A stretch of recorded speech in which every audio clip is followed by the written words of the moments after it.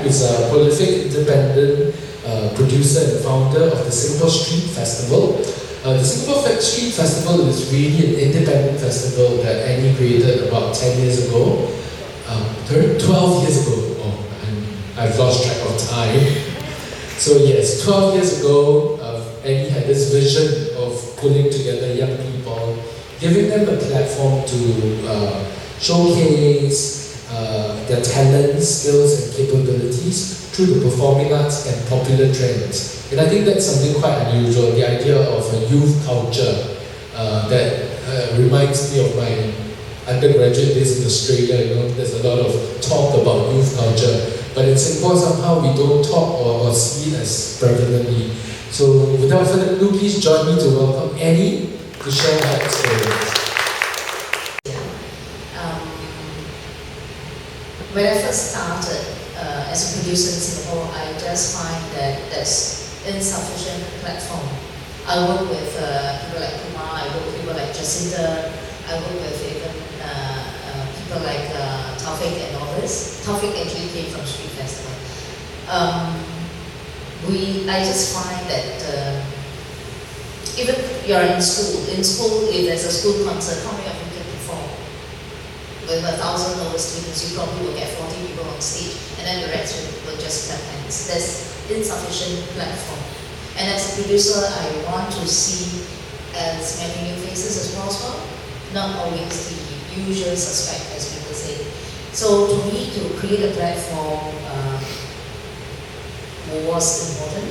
And at the time when I first started to write about Street Festival concept, I went to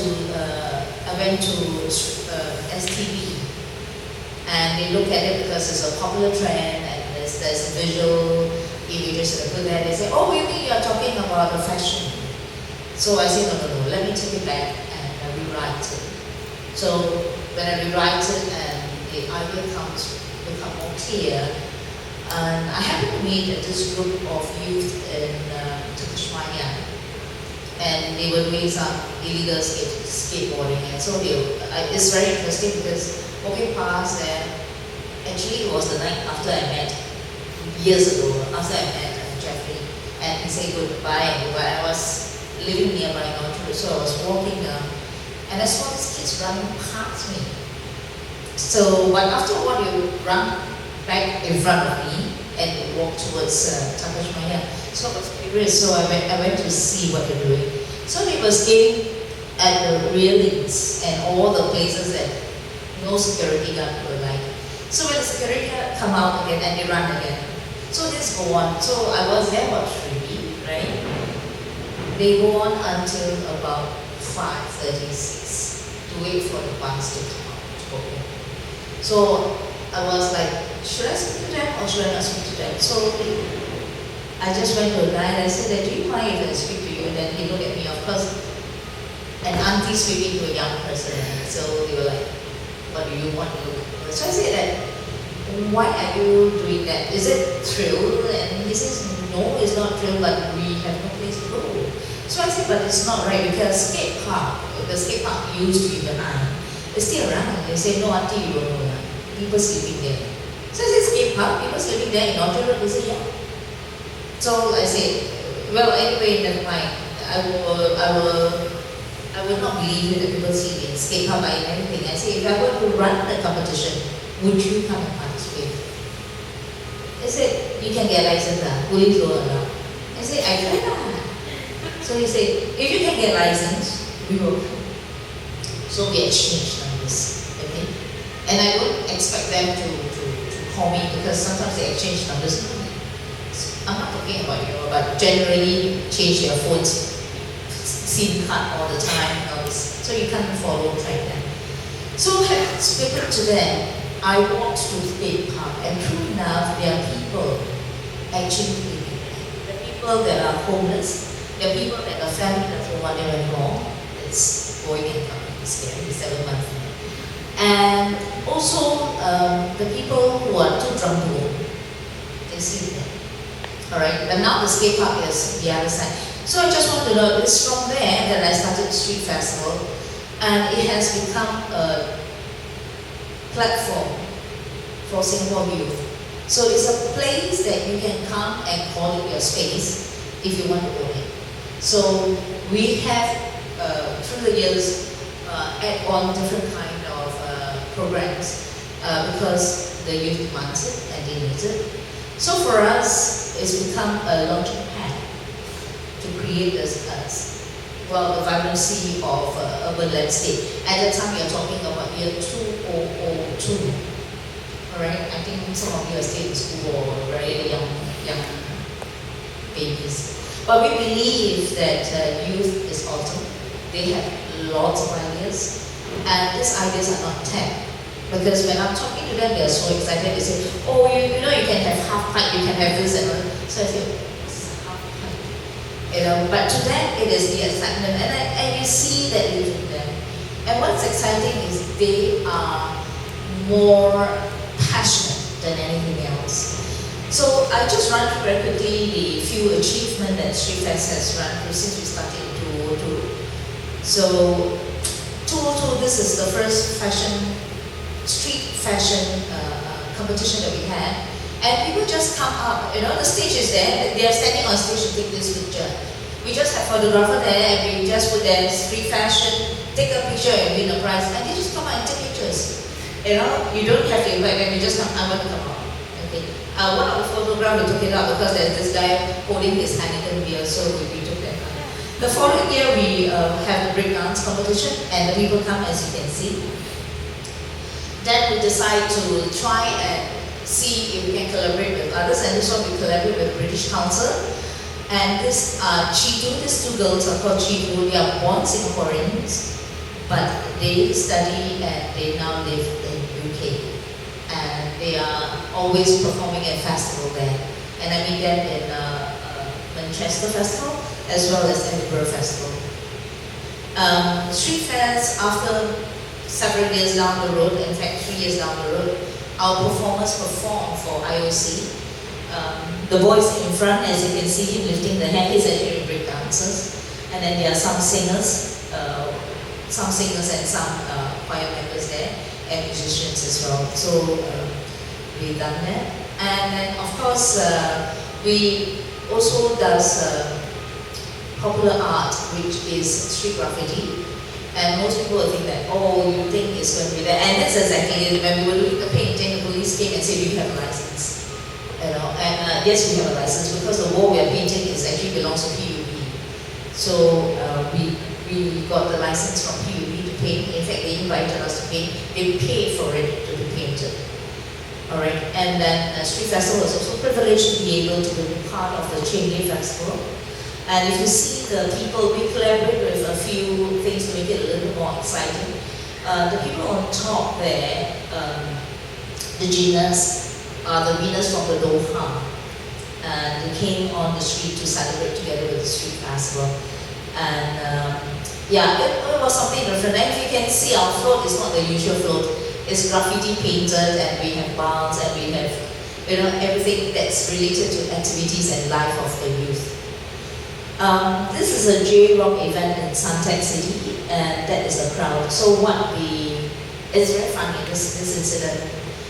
They invited us to perform there, and I said that, but J-Rock is very loud, you know, they scream on the top of their voice. I said, "Are you sure you want it indoor?"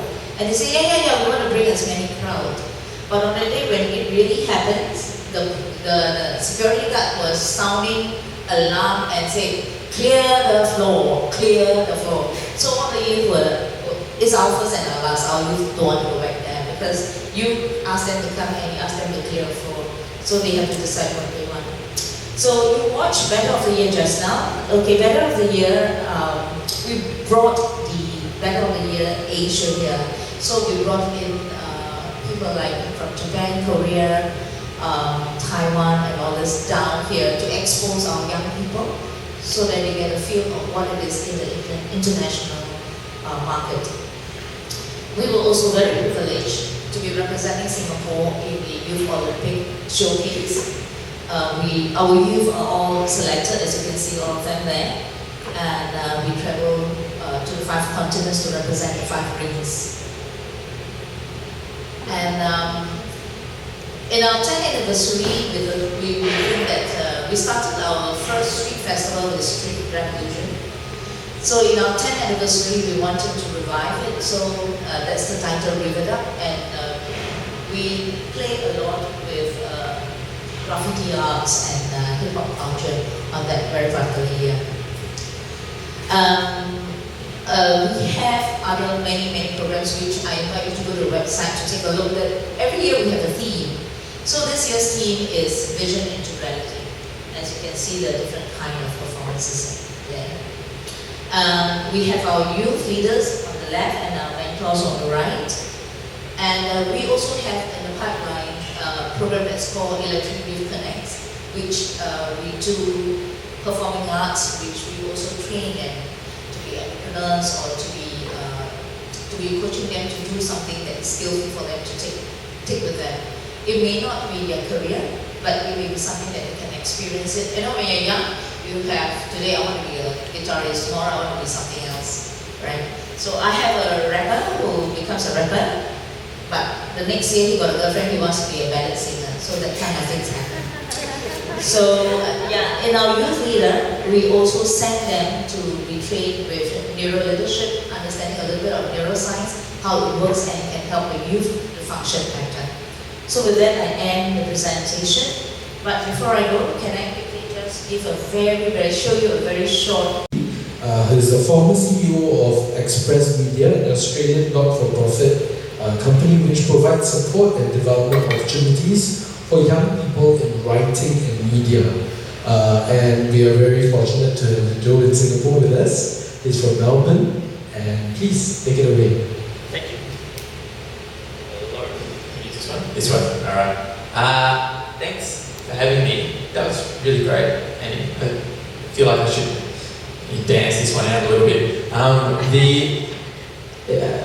Jeffrey, a couple of the questions that Jeffrey told us to think about for this presentation were how we use the arts with young people and why. So I guess I'll talk a little bit about the organisations that I've been involved with in terms of the how we use the arts question.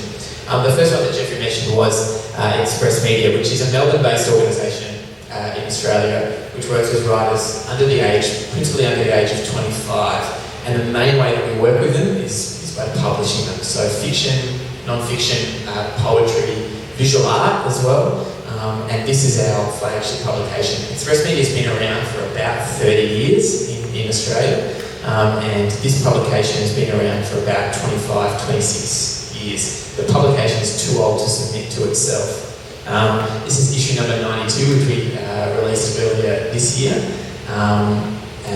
We release 4 issues a year, and the editorial committee for the magazine as well are also all under the age of 25. Our editor, which is a paid 4-day-a-week position, is 22. And the editorial committee, she's got about 12 volunteers that she works with that helps select the fiction and the non-fiction and poetry and stuff that goes in there. It gets about 300 to 500 submissions every issue and publishes about 30 of those, so it's pretty competitive. But every single person who submits to the magazine is given personal feedback on their submission by the committee.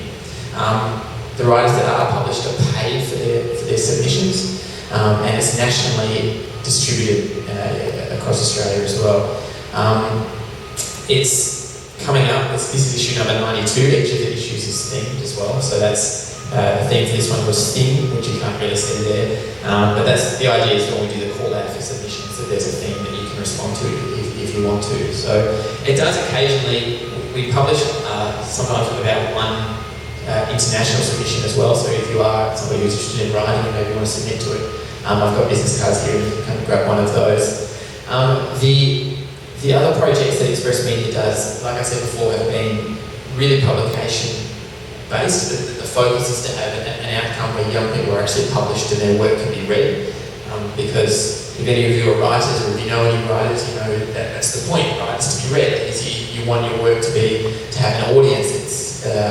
Unless it's just something that you're sort of doing for yourself, I guess the idea of a writer is to find an audience with it. And so the publications that we put out, or the projects that we do at Express Media, are always focused on that.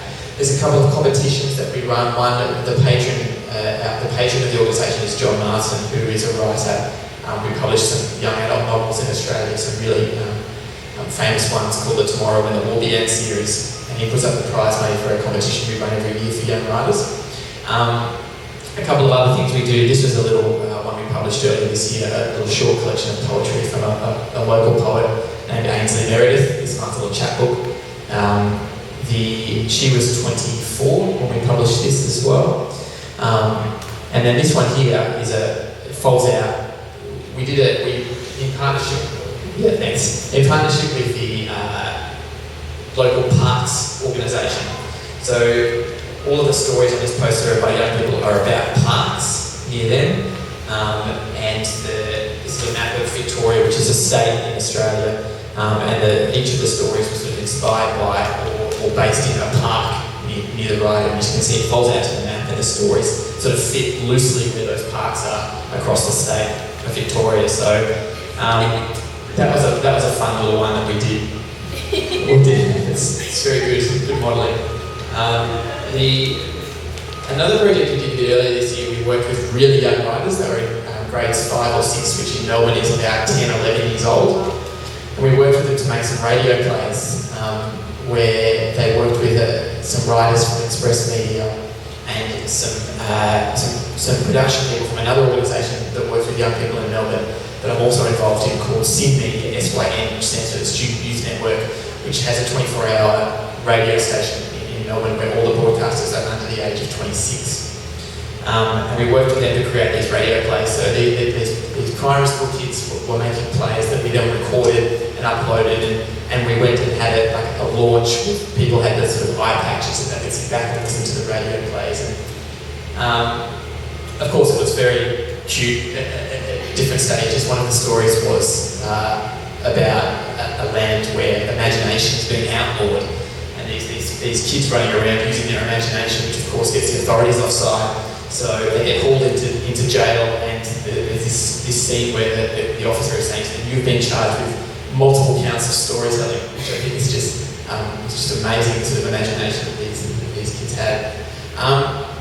The other organisation that I've been really sort of heavily involved with, as I mentioned before, is SYN Media, and that one is a highly successful organisation based in Melbourne. It is there's a 24/7 radio broadcast on the analog stream in Australia as well as digital.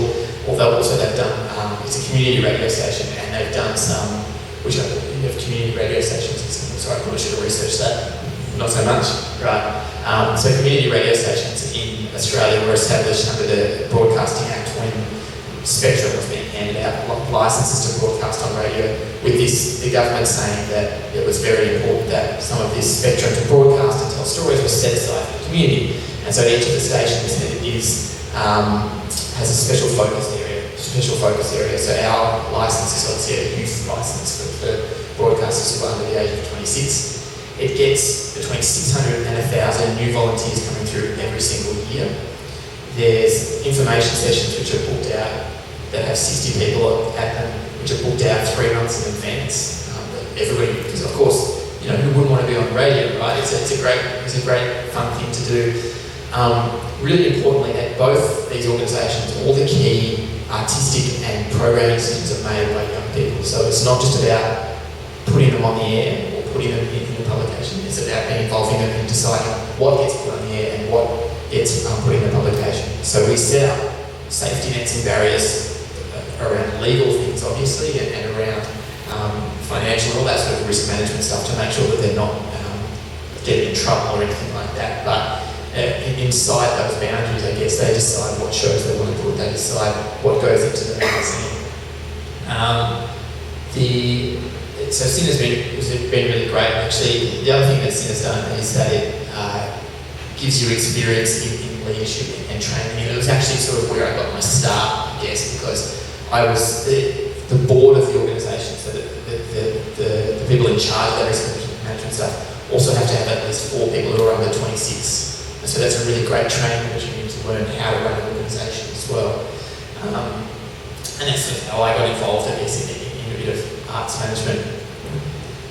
The second question was why I use the arts for young people. And I guess from those 2 examples, those 2 organisations I've worked with, is because they work, I guess, is the most obvious answer. I mean, there's the sort of people that are attracted to and again, this might be an Australian-specific experience, so just sort of pull me up if it's not something that's the same as Singapore, but there's a lot of experiences, there's a lot of opportunities for young people, particularly teenagers in Australia, to do sports.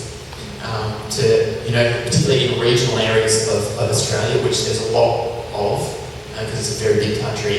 You play football on the weekends in winter, Australian rules football, and you play cricket on the weekends in summer, and that's what those young people do there. Of course, that excludes a decent chunk of the population who are not interested in football and not interested in cricket, and young people who are wanting to do something a little bit different. And I guess it's those sort of people, those that are very lovingly referred to as the nerds, I guess, that end up at our organisation. And I guess I was happy to sort of find some fellow nerds to hang out with in those organisations. It becomes SIN in particular as a place called the House of SIN, which is the office space where there's these computers where people can just come in anytime and use the computers and drop in and plan their programs. And from the outside it's a radio station and it's about making content and it's about doing programs, but really what 90% of it is just about hanging out and just going into that office and having a place to meet with those like-minded people and have ideas and actually have somewhere for those ideas to come to fruition, I guess, for something to come of those. So those organisations have been really successful, and SIN in particular, in terms of its business model, does a lot of education and training programs with schools. The arts in Australia is pretty well supported by government. Both those organisations have core funding, which from local and state and federal government, the three levels of government in Australia, that allows us to pay staff and that sort of thing, and that's really important, and pay the rent, which is also really important. Express Media is based in an organisation called the Wheeler Centre, and Vicky, my friend here from Melbourne, was also worked at the Wheeler Centre with me, which is a really great institution, which is fairly new in Melbourne. And Melbourne was designated a UNESCO City of Literature in 2009.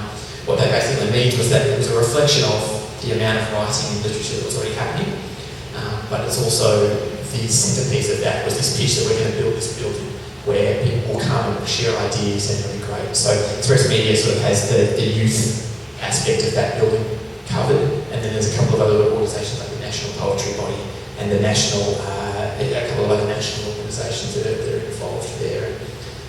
Great place for people to launch books, obviously, but also international guests who want to come and speak. There's a proper sized venue and proper support for that as well. There's a lot of examples and a lot of young people that I've met where these organisations have literally changed their life.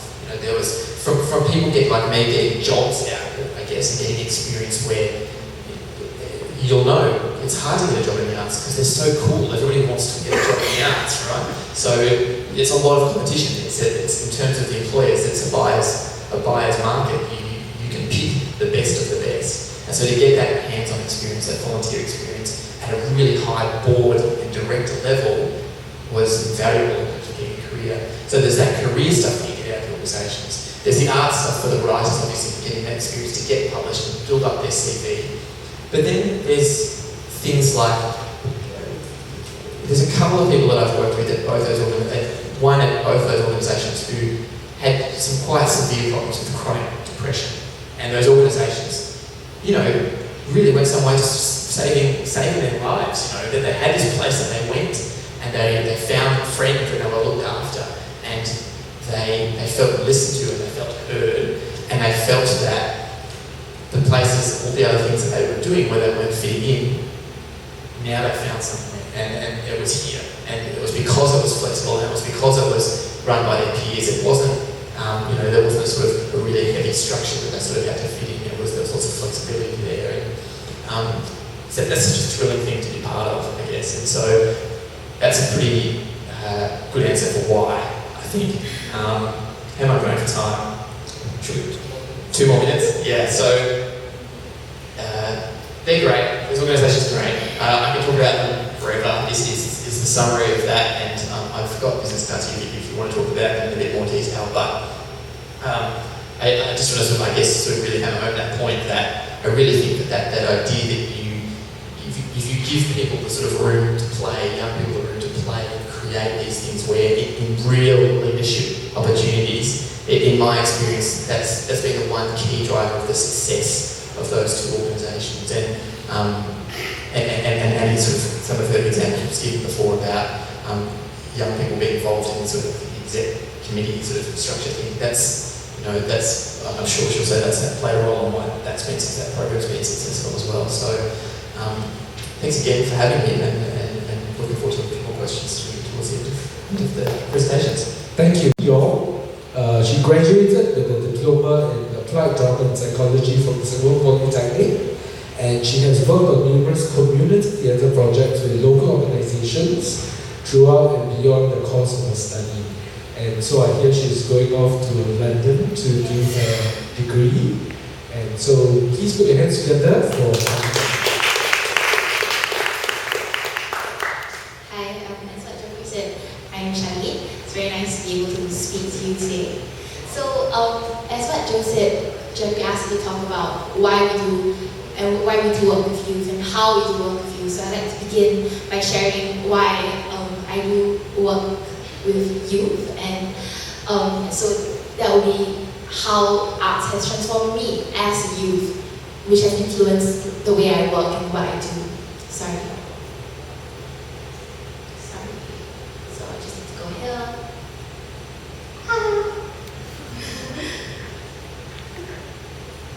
So the arts and me. I started out with the arts when I was younger in secondary school. And when I was in secondary school, I was not the person you see sitting here today. I was very ill-disciplined, very unfocused, and a very, very rebellious child. So I was what you call a void deck kid. So basically what that means is that I spent most of my time sitting under void decks, watching my friends smoke, steal, and pick fights. And amidst that secondary school chaos, I would spend 2 days a week creating, expressing, and rehearsing in the drama studio as part of my secondary school's drama club.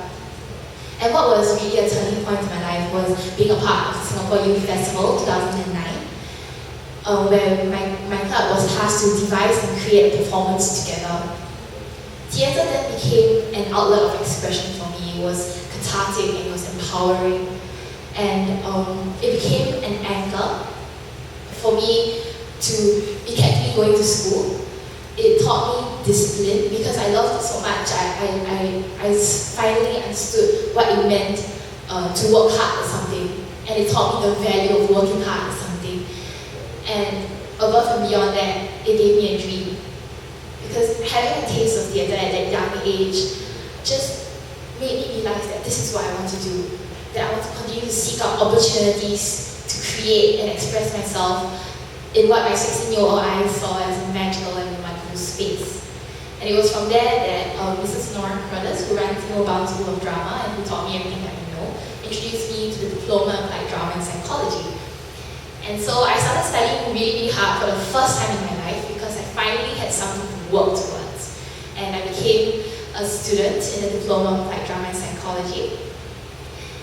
And from there, I learned how to use drama as a tool. Because in the Diploma of Applied Drama and Psychology, we journey beyond performance and we learn how to use it as a tool. And from there, it really formed my belief that the arts can be a powerful arsenal for engagement and for education. As a young arts practitioner, I sometimes feel very inadequate at what I do, and I really want to continue to seek out opportunities, which is why I'm leaving and going to the Central School of Speech and Drama, University of London, very, very soon actually, in a month's time. And I really hope that this is just the beginning for me. So as a young person engaged in the arts, how I use arts is as a platform.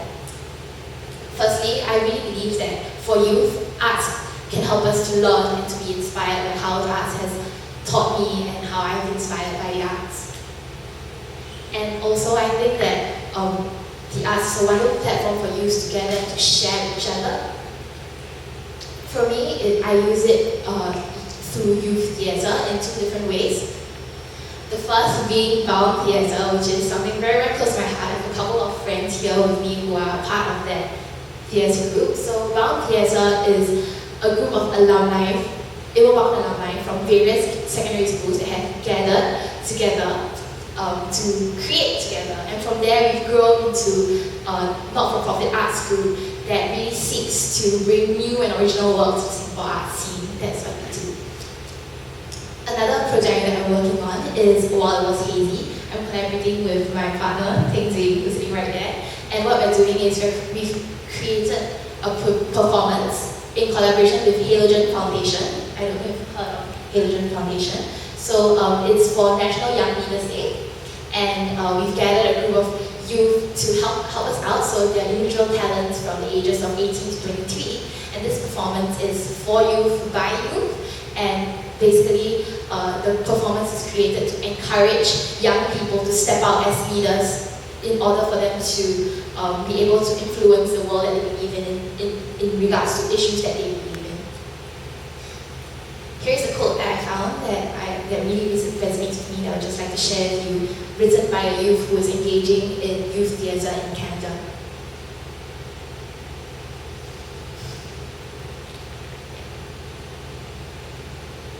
There's a research article online that talks about Theatre for Positive Youth Development, which is a development model for collaborative play creating written by, as you can see over there. And in the article, the researchers talk about the 5 developmental stages of a performing arts youth: inclusion, control, intimacy, empowerment, and vision. Vision is the last developmental stage of a performing arts youth, where a youth feels as if he or she has gained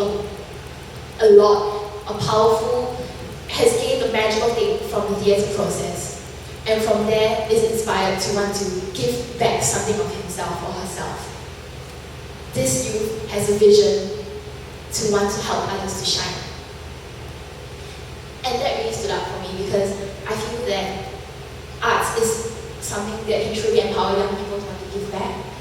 And how an example of this is an experience that is very, very close to my heart. I do a lot of work with a particular school in East Timor. It's called Shalom Sekolah because my church funds and supports this school in East Timor. And in December 2009, when I was 16 years old, I was there on a trip.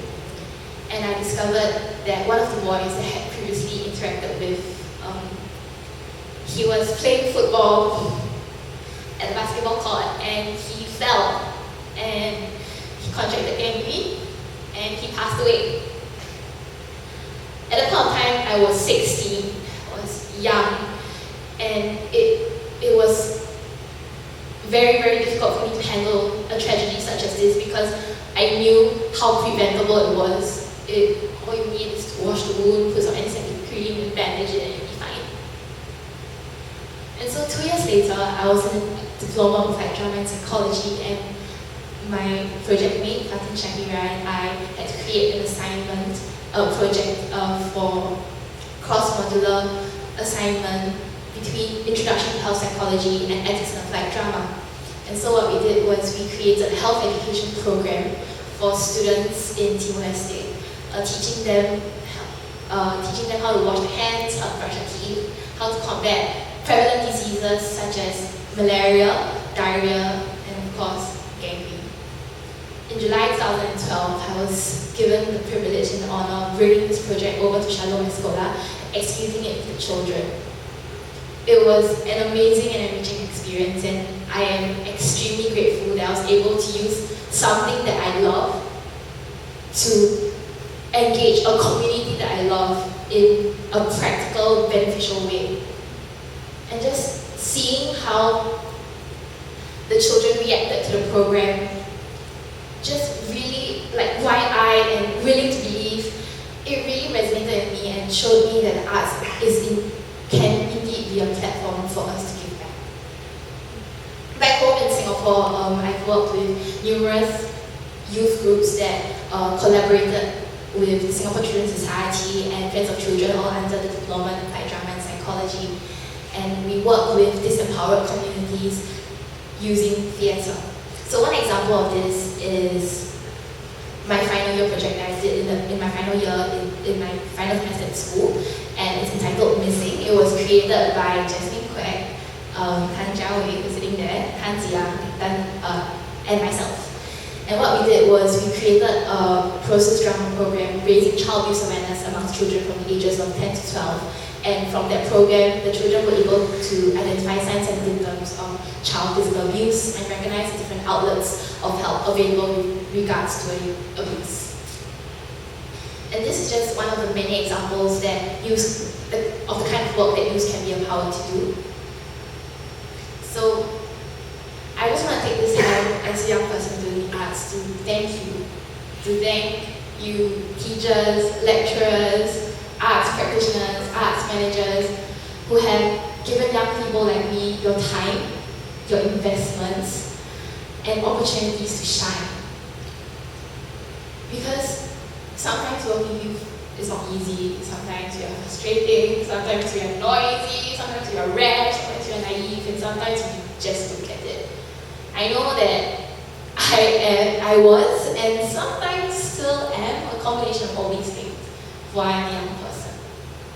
But on behalf of my friends here and of others like us, I ask of you to continue to be patient with us, continue to invest in us, continue to give to us, because you don't know the kind of lasting impact that using arts can do for a young person like me. Thank you. Thank you. Sean is the Curriculum Development Manager of the Little Arts Academy. The Little Arts Academy will talk a little bit about, in case not everyone knows what it is. But it's been around for about 5 years, that's right. And it's really aimed at giving youth opportunities to learn through the arts. So he oversees the youth division, and he's also a vocal trainer and performer. So ladies and gentlemen, Sean.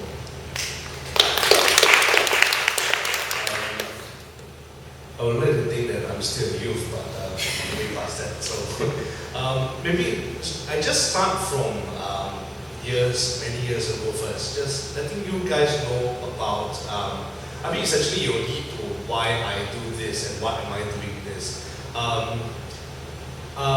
My family, when I was born in a family, my mother was a freelance herbalist. Not the kind of herbs that you would think it is, like real herbs. And my dad was a senior IT engineer. So you can kind of guess how much discipline there was in my family. And my father served the army as a commando. So that's the kind of discipline that I had in my family. And the kind of music that I could only have at home was classical piano pieces. So if they were to hear any rock music or music that, even pop as well, like very borderline, you know, that kind of thing that my dad come in and say like, hey, your song that you're playing right now is not good for your welfare. It's not good for your future. He would come in and confiscate the CDs and then break it in front of me. So I would say in an arts way, my childhood was kind of traumatizing.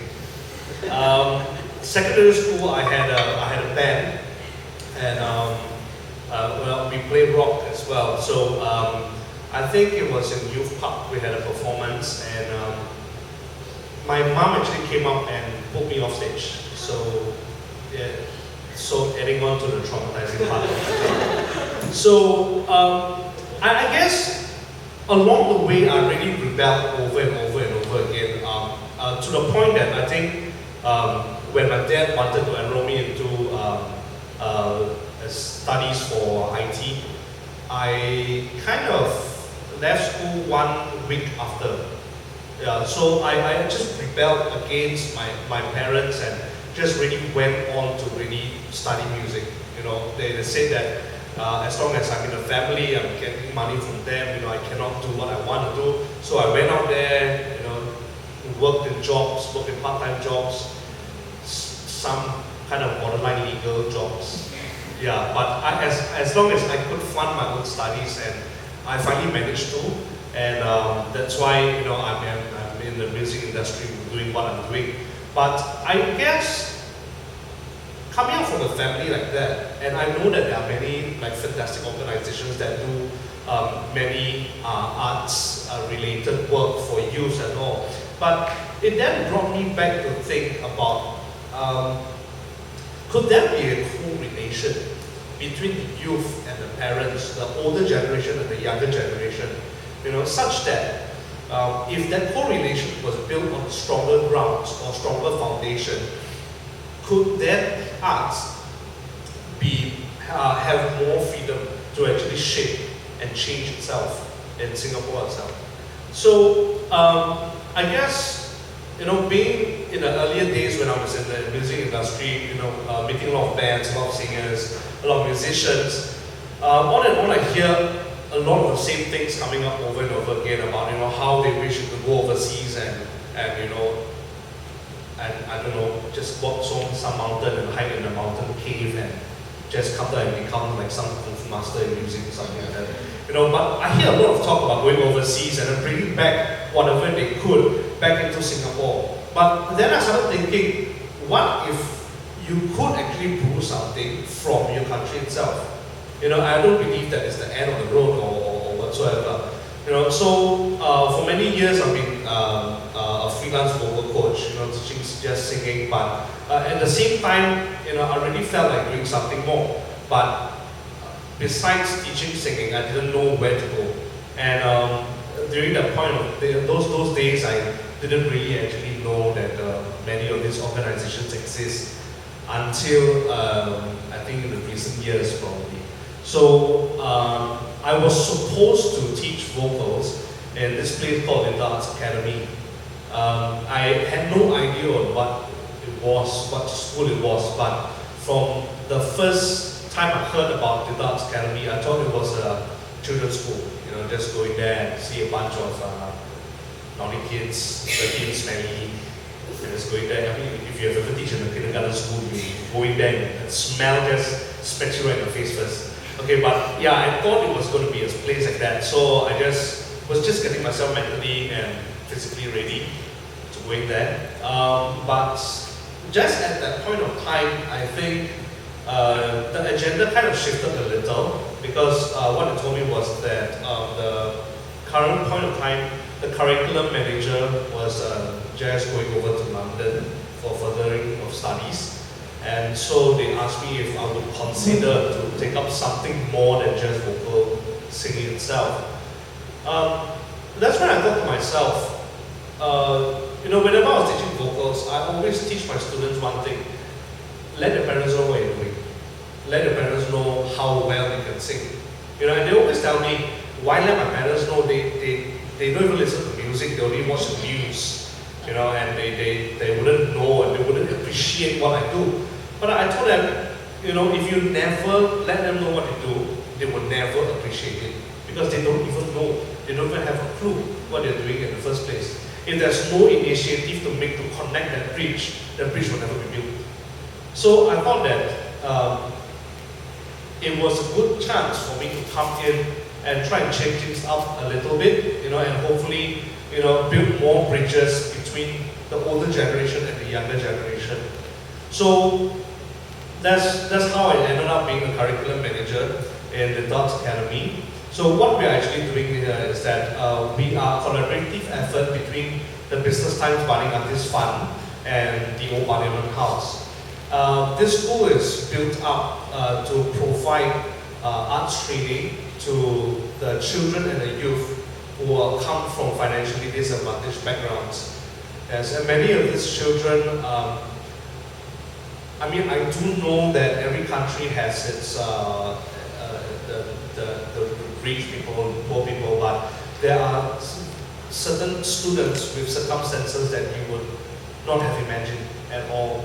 There are people, it is real, there are people who have to worry about the 3 meals the next day and things like that. So all these are really very real stuff that just smacks us right in the face, whenever we go to work. So what happens is that while they're in the academy itself, we want to train them in the arts, so that like what Andy said just now, it's along the same lines as so that they can choose a career in the arts if they choose to in future.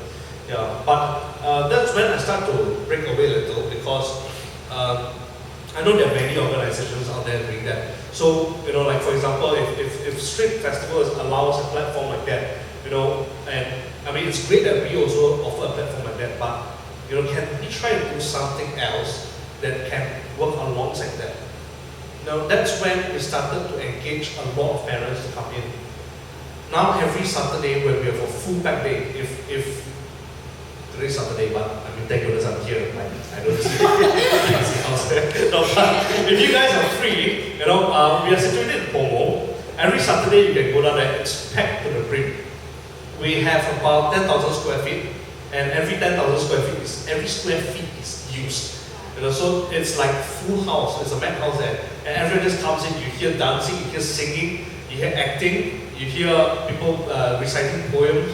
So it's really like full house. And I think on Saturdays, we have managed to get parents to volunteer as well, which I think is very good because, more than half the time where initially we used to put a sign on a door saying, class in progress, no parents allowed. Because all the parents who come in, our door only has one small panel, and you have like 25 faces there, trying to see what their children are doing. So we thought, since they are so interested in what their children are doing, we allow the parents to get involved, to volunteer.